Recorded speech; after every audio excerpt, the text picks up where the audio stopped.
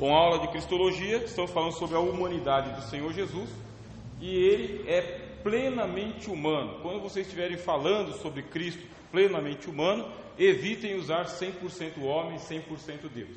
Evitem a todo custo, tá? Porque 100% é uma medida inexata. Eu poderia dizer, então, existe o 101, ele não é tão perfeito assim. Já a palavra plenamente não tem espaço. Plenamente humano. Plenamente. E quando se fala que ele é plenamente humano, aí você vai ter um problema com os hereges. Por que os hereges? Porque diz que o Logos se fez carne e habitou entre nós. Logos seria Deus. E surgiu um grupo de pessoas lá na história da igreja, líderes, tá? Líderes influentes, líderes carismáticos, piedosos, gente do bem. Esse grupo de líderes, eles vieram do gnosticismo. E o que dizia o gnosticismo? Que Jesus ele tinha aparência humana, mas que ele não era verdadeiramente humano. Por que diziam isso? Porque o Logos, o Filho de Deus, não pode sofrer. Não pode. Para ele ter feito todos os milagres que ele fez, ele tinha que ser Deus para ser. E para continuar sendo puro, ele tinha que continuar sendo Deus. Então quem que ele era? Ele tinha aparência humana. Dava a impressão de que ele era humano. Dava a impressão que ele estava comendo. Dava a impressão que ele estava com fome. Mas não era isso. Era uma espécie de fingimento, de representação. Isso porque ele era o Filho de Deus. Então ele não podia sofrer cansaço, nem ignorância, ele sabia de todas as coisas. E para poder fazer a salvação dos homens, é que ele passou o quê? Conhecimento. O que é que salva os homens de acordo com essa doutrina gnóstica? O que salva os homens é o conhecimento. Ou seja, vocês que estão aqui estudando teologia, estão sendo salvos por esse conhecimento. E a turma que não está estudando teologia, esses aí estão comprometidos. Porque os gnósticos eles vão dizer que aqueles que são mais iluminados têm uma compreensão melhor sobre o Logos. E aqueles que não são iluminados são ignorantes, vão ter que esperar a salvação deles para depois. A base da salvação é o conhecimento. Isso é uma heresia. Cristo não tinha aparência humana. Cristo era humano. Você vai pegar o Evangelho de Mateus e você vai ver que Jesus, quando criança, foi perseguido por Herodes, mas fugiu para o Egito. Não ele, mas os pais, por orientação de um anjo. Ele poderia, Deus poderia ter impedido aquela coisa toda? Poderia, e não fez. Naquele momento Deus não interferiu em nada.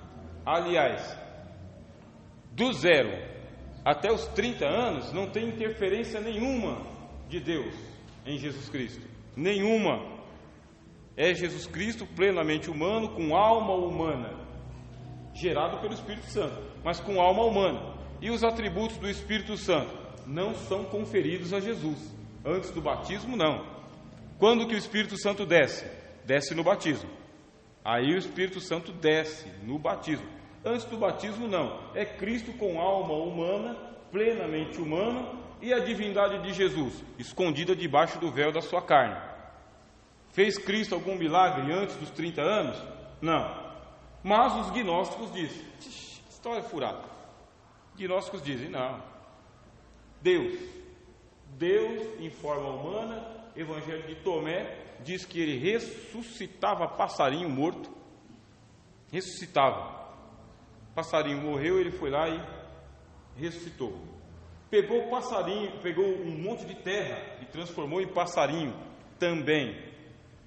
E conforme ele ia brincando com as crianças o irritavam, ele usava o poder divino dele para vingar-se das crianças, para espantar as crianças. Isso aí o Evangelho de Tomé vai falar sobre a infância de Jesus. Evangelho gnóstico. Evangelho gnóstico também diz o seguinte, que Jesus, ele aprendeu o que ele aprendeu, mas porque ele foi fazer viagens, e ele foi parar na Índia. Foi parar na Índia por quê? Porque ele era aparentado com Nicodemos. Sabe o Nicodemos, lá do Evangelho de João?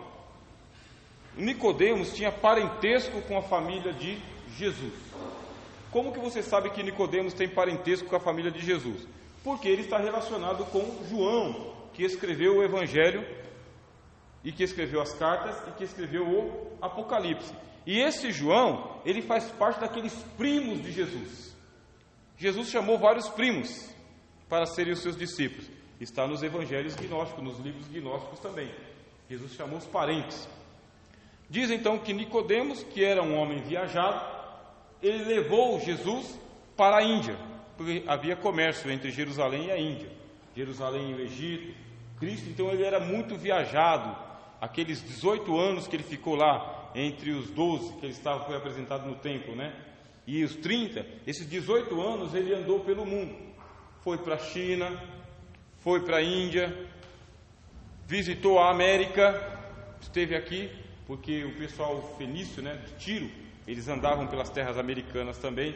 Tudo isso aconteceu, Cristo aprendendo espiritualidade com a humanidade, até que deu os 30 anos de idade. Tudo isso aí você vai encontrar de material que não acaba mais. É uma infinitude, não para mais. Aí que ponto você chega? Só para vocês perceberem.